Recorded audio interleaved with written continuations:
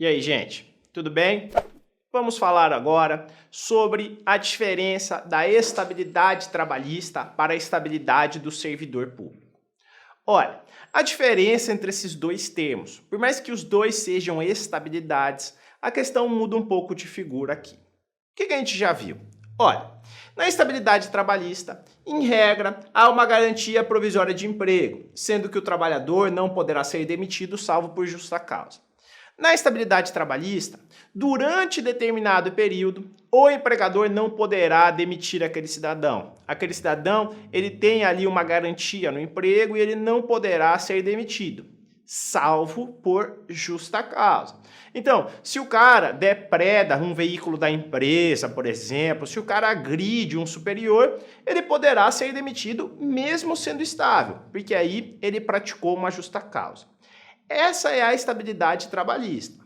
Ela não se confunde com a estabilidade do servidor público. Cuidado com isso, tá, gente? Quem é o servidor público? O servidor público é aquele que passa num concurso público e trabalha para o Estado, ali ou para a administração pública direta, União, Estados, Distrito Federal e municípios, ou para a administração pública indireta, aí autarquias, fundações públicas. E não entram nesse elemento aqui as sociedades de economia mista e as empresas públicas. Lembre-se que nessas duas há regime de direito privado e os seus funcionários são empregados públicos. Estes, regidos pela CLT, têm aqui as estabilidades trabalhistas que nós estamos falando. Tranquilo isso? Agora, os que são estatutários, passam num concurso, trabalham numa autarquia, trabalham para a administração pública direta, eles têm uma estabilidade no seu cargo. Só que como funciona essa estabilidade? Olha, gente, isso está lá no artigo 41 da Constituição Federal. O artigo 41 da Constituição Federal diz o seguinte: o cara que passa no concurso público, primeiro ele tem que cumprir o chamado estágio probatório. Ele passa 3 anos ali no chamado estágio probatório, para o Estado verificar se ele é um bom funcionário, se ele trabalha bem. Depois desse período, ele só perde o cargo por 3 situações. Por decisão judicial transitada em julgado, uma decisão do juiz ali que se torna imutável, por meio de um processo administrativo em que se garanta o contraditório e ampla defesa, então no processo administrativo no próprio órgão, ou mediante avaliação periódica de desempenho, norma de eficácia limitada, que ainda não tem regulamentação específica.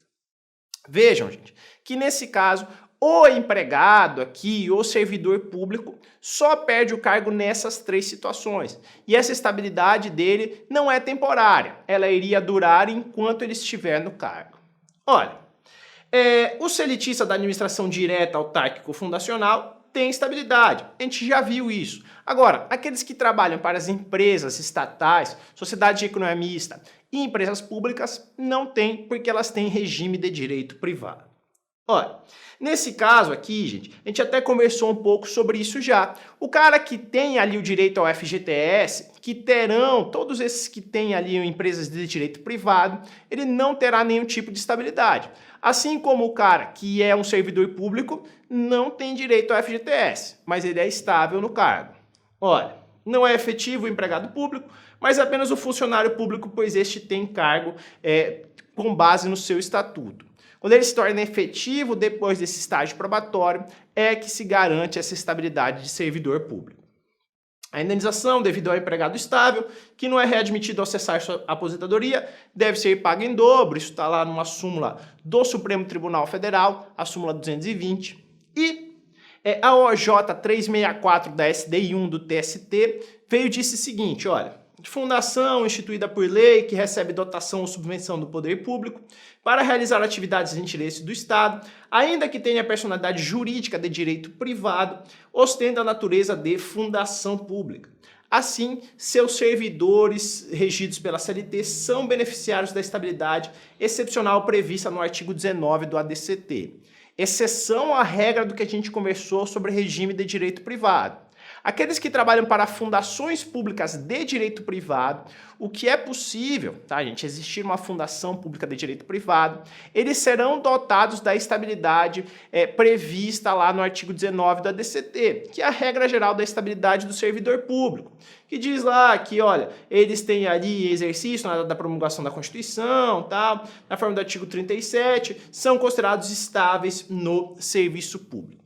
Então, aqueles que são de fundações de direito privado, mesmo sendo ali uma fundação pública de direito privado, gozam também dessa estabilidade de servidor público, aí com uma exceção à regra prevista na OJ número 364 da SDI 1 do TST. Tudo bem, pessoal? Fico por aqui, até a próxima.